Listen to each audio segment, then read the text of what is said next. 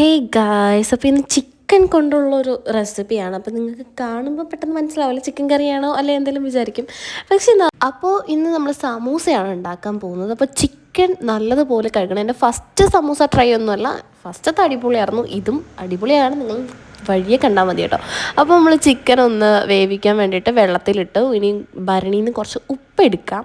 അപ്പോൾ കുറച്ച് ഉപ്പ് മാത്രമേ ഞാൻ ചേർത്തിട്ടുള്ളൂ കേട്ടോ. അപ്പോൾ ഉപ്പ് അതുപോലെ തന്നെ മഞ്ഞൾപ്പൊടി ഇട്ടിട്ട് നമ്മൾ വേവിക്കാൻ വെക്കണം. 25 മിനിറ്റ്സ് ഒക്കെ ആയിട്ടുണ്ടാവുള്ളൂ. അപ്പോൾ നമുക്ക് നേരെ ഉള്ളി ഒന്ന് ചോപ്പ് ചെയ്തെടുക്കാം.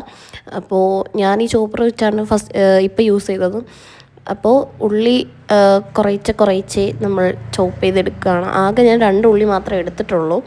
അപ്പോൾ ചോപ്പ് ചെയ്തതിന് ശേഷം നമുക്കിതൊരു പ്ലേറ്റിലോട്ട് മാറ്റാം. കാരണം ചിക്കൻ വെന്തതിന് ശേഷം ഞാൻ ചെയ്തത് നിങ്ങൾക്ക് കാണിച്ചു തരാം. അപ്പോൾ ഞാൻ ഓണിയൻ ഒരു ബൗളിലോട്ടാക്കിയിട്ടുണ്ട് കേട്ടോ. ഇനിയാണ് ഗൈസ് എനിക്കൊരു പറ്റാൻ പോകുന്നത്.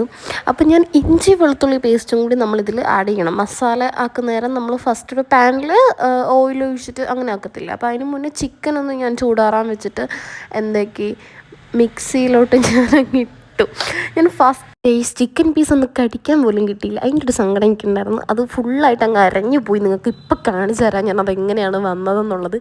അപ്പോൾ ഇതുപോലെയാണ് കിട്ടിയത് ഗായ്സ്. അപ്പോൾ ഞാൻ ചിക്കൻ വേവിച്ചതിൽ തന്നെയാണ് കേട്ടോ. എനിക്ക് പ്ലേറ്റ് വേറെ കഴുകാനൊന്നും വയ്യാത്തതുകൊണ്ട് ഞാൻ അതിൽ തന്നെ മസാലയും സെറ്റാക്കാമെന്ന് വെച്ചു. അങ്ങനെ ഞാൻ ഒണിയനും ജിഞ്ചർ ഗാർലിക് പേസ്റ്റും ആഡ് ചെയ്തു.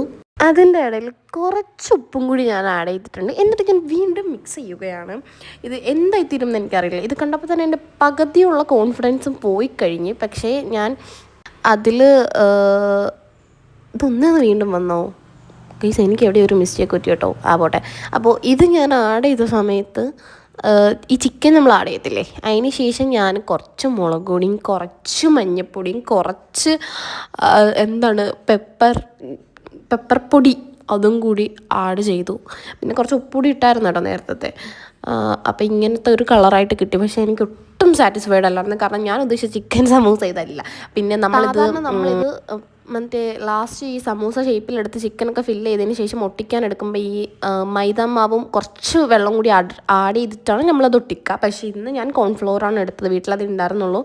അപ്പോൾ സമൂസേൻ്റെ ഷേപ്പൊക്കെ ആയിട്ടില്ലേ. അപ്പോൾ നമുക്ക് നേരെ ഒരു നല്ലൊരു പാൻ എടുത്തു. പാനിൽ നല്ല എണ്ണ ഒഴിച്ചു. പക്ഷേ ഈ പാനിൽ എന്തോ നടുക്ക് മാത്രം എണ്ണ വീഴുന്നുണ്ടായിരുന്നുള്ളൂ കേട്ടോ. ഞാൻ കുറേ നേരം കഷ്ടപ്പെട്ടു.